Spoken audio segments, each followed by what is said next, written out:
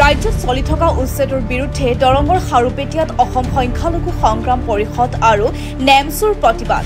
ৰাজ্যৰ মুখ্যমন্ত্ৰী ডক্টৰ হিমন্ত বিশ্ব শৰ্মাৰ প্ৰতিমূৰ্তি দাহ কৰি 15 নং ৰাষ্ট্ৰীয় ঘাইপথত সংগঠন দুটাৰ তীব্ৰ প্ৰতিবাদ। অসম চৰকাৰ হাই হাই, অসম চৰকাৰ মুৰ্দাবাদ ইত্যাদি ধ্বনিৰে উত্তাল প্ৰতিবাদ সংগঠন দুটাৰ।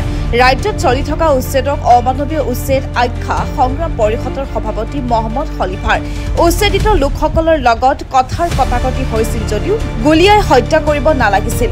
এয়া যাতে শেষ হত্যা হয়। পৰৱৰ্তী সময়ত এনেকৈ হত্যা কৰিলে অসমত জংগী আন্দোলনৰ হুংকাৰ সংগঠন দুটাৰ।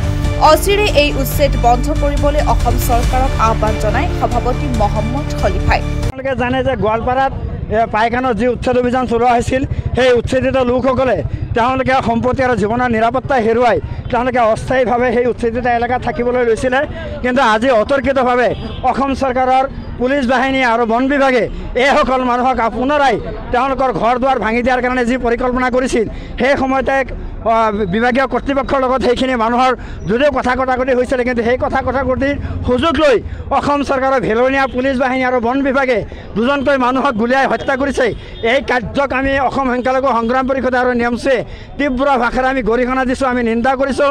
হিমন্ত বিশ্ব শৰ্মা ডাঙৰীয়াই আচলতে গৃহমন্ত্ৰীৰ দায়িত্বত থাকি তেওঁ আচলতে গৃহমন্ত্ৰী হিচাপে বিফল হৈছে। মানুহৰ জীৱন আৰু সম্পত্তি নিৰাপত্তা দিয়াৰ ক্ষেত্ৰত হিমন্ত বিশ্ব শৰ্মা ডাঙৰীয়া বিফল হৈছে।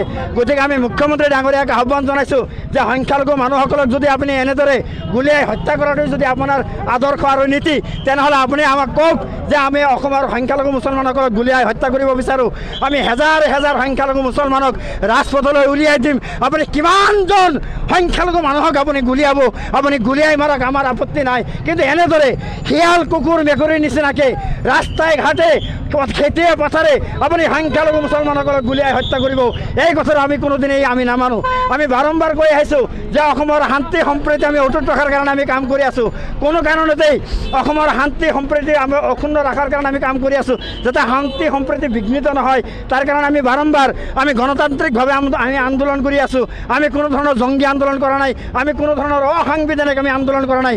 আমি সাংবিধানক আমি শ্ৰদ্ধা জনাই, অসম চৰকাৰৰ নীতি আদৰ্শক আমি শ্ৰদ্ধা জনাই, আইনী ব্যৱস্থাক আমি শ্ৰদ্ধা জনাই আমি প্ৰতিবাদ সাব্যস্ত কৰি আছোঁ গণতান্ত্ৰিকভাৱে। কিন্তু আমি যি দেখিবলৈ পাইছোঁ যে মুখ্যমন্ত্ৰী হিমন্ত বিশ্ব শৰ্মা ডাঙৰীয়াই তেওঁ আচলতে আইনৰ ভাষা বুজি নাপায়, তেওঁ গণতন্ত্ৰৰ ভাষা বুজি নাপায়, তেওঁ ধৰ্ম নিৰপেক্ষ যিবিলাক কথা বতৰা আছে সেইবিলাক বুজি নাপায়। তেওঁ সংখ্যালঘু মানুহৰ নিষেধ কৰাৰ কাৰণে তেওঁ যি পৰিকল্পনা কৰিছে তাক আমি কোনো বাধ্যই সফল হ'বলৈ নিদিওঁ।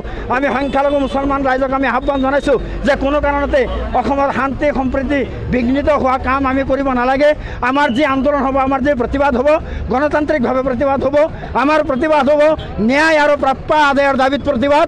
আমি কোনো ধৰণৰ জংগী প্ৰতিবাদ আমি নকৰোঁ। কিন্তু হিমন্ত বিশ্ব শৰ্মা ডাঙৰীয়াক আমি আহ্বান জনাইছোঁ, আজি যি হত্যাকাণ্ড সংঘটিত কৰিলে হিমন্ত বিশ্ব শৰ্মা ডাঙৰীয়াৰ পুলিচ বাহিনী আৰু বন বিভাগে, এই হত্যাকাণ্ড আজি অন্তিমটো হত্যাকাণ্ড হ'ব লাগিব।